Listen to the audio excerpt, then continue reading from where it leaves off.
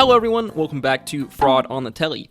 In this video we are breaking down the Attack on Titan finale, where we finally got to see Eren again.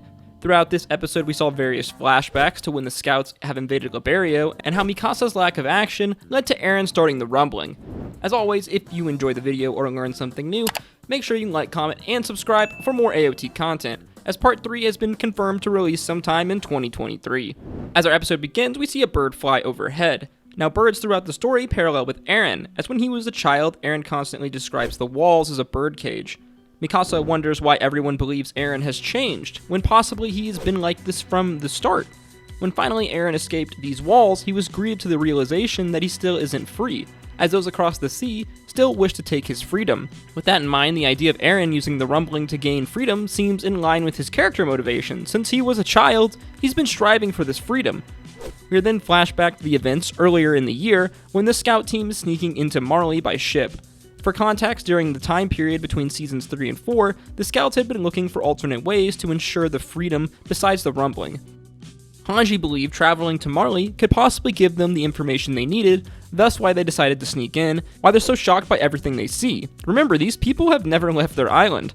From the beginning of this episode, we can see Eren has a strange look on his face. This is because Eren is realizing that all these people and the life flourishing in this city will be wiped out on the day he decides to enact the rumbling. Remember back when he touched Historia's hand, Eren receives visions of the future on the day he will eventually enact the rumbling. It seems Eren is slowly coming to this realization that the future is possibly imminent. We see him so focused on these thoughts that Mikasa has to snap him out of it several times.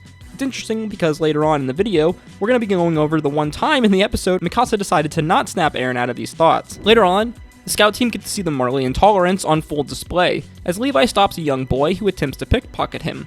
Suddenly, they're surrounded by Marley citizens who begin mocking and insulting the boy for being a migrant refugee. It seems the Marley intolerance doesn't just stretch to Eldians, as they will dehumanize anyone who's not a Marleyan. For more on that, click the eye above as we talk about why AOT is more important now than ever. The group seeing what was happening lied and said that the boy didn't actually steal it, it was his sister's money all along, aka Sasha. They manage to buy some time so they can all run away as this mob begins to surround them. Later, they run into the young refugee boy, Ramsey, again, who they just saved. These scenes end as Eren stares at Ramsey with a blank look on his face, while Mikasa watches on, obviously concerned for him. The scout team arrive at Kiyomi's house, where she informs them that blood testing technology around the world has improved, making it easier for Eldians to be identified. This is going to be problematic for Paradis to make an alliance with any other nation, as their people, it seems, are being discriminated across the world. They're informed of a speech being held by a group called the Subjects of YMIR Protection Group.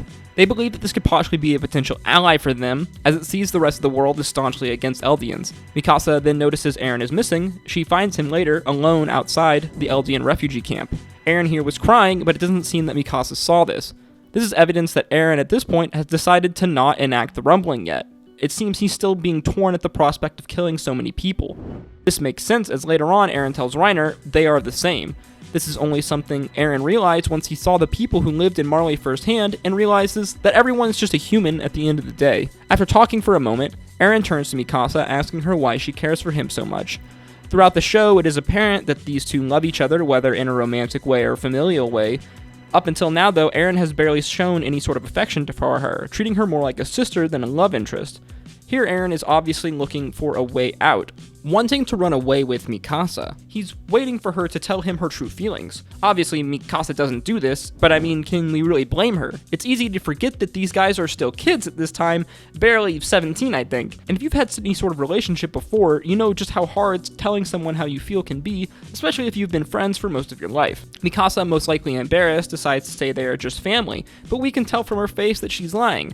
This is the moment I was referring to at the beginning of the video. As from this moment on, Eren decides he will go forward with the rumbling, as Mikasa didn't give him the out he was looking for. The rest of the group arrives, inviting Mikasa and Eren back into the tent.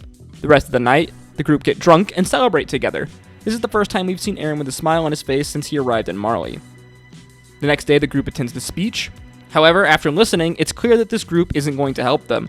The organization was made to protect the rights of displaced Eldians throughout the world, who were taken away from their countries. They believe that these people should not be punished for the crimes of the Eldian Empire, and it's the islanders the world should hate. The scouts hearing this realize that any type of alliance is just out of the question, and this ultimately was the reason why Eren walked away. As from here on, Eren would go undercover in Marley, and Mikasa wouldn't see him again until the day the surprise attack on Liberio happened. Our perspective shifts to Eren in his founding Titan form, flying through the clouds. He wonders where all of this possibly began, maybe back in the dream he had under the tree, or maybe it's linked back to the day that Pig escaped and Ymir became the first Titan shifter. He comes to accept that it doesn't really matter where it started, as the story's not finished yet. Flashback to Yelena revealing Zeke's euthanasia plan to Eren. We're then taken to another flashback before the scouts left to visit Marley. Eren's talking to Historia. He warns her the military wants to turn her into a Titan so she can eat Zeke. Eren refuses to allow this to happen, so he pretends to follow Zeke's plan in an attempt to save them. It was Historia who volunteered to get pregnant, which allowed Eren's plan to work, as it was the only reason they didn't turn her into a Titan.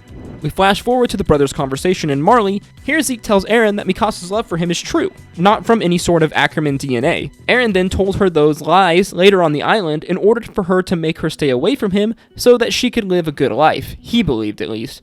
We get another flashback as we see Eren in a Marley war in the Mideast. Eren then cuts off his own leg in order to have injuries so he could stay at the hospital in Marley so the surprise attack would work. Damn, that's some conviction, Eren, even going as far to blind himself with a bullet. We finally return to present day as we see a massive amount of warships have gathered in an attempt to stop the rumbling. It seems as though the ship's cannon might be enough to repel the Titans, as many blow some of their limbs off. However, the sheer number of Titans alone overwhelms the boats, their massive size just throwing them aside like toys. The soldiers on the shore, seeing the destruction, flee for their lives, as they see Eren emerging from the smoke. Finally, we get a close-up of Eren's new Titan face, which bears a resemblance to his attack Titan. Eren channels his anger, remembering the day his mother dies. As we know from the Marleyans' actions, it's easier to harm another person when you dehumanize them, and Eren is forced to do this after seeing he's no different from the Marleyans. We've done several videos about dehumanization in Attack on Titan, so make sure you check out one of those. The final shots of the episode see the entire city being destroyed, and that shot from the opening where a Titan steps on the camera. And yeah, that's it. This was the finale for Season 4 Part 2, I guess. We're gonna have to wait another year for more episodes, but rest assured we'll be making more AOT videos in the meantime. As always, if you enjoyed the video or learned something new, make sure you like, comment, and subscribe. Click a video on screen now, and I will see you all in the next one. Stay safe out there, guys. Peace, love, adieu.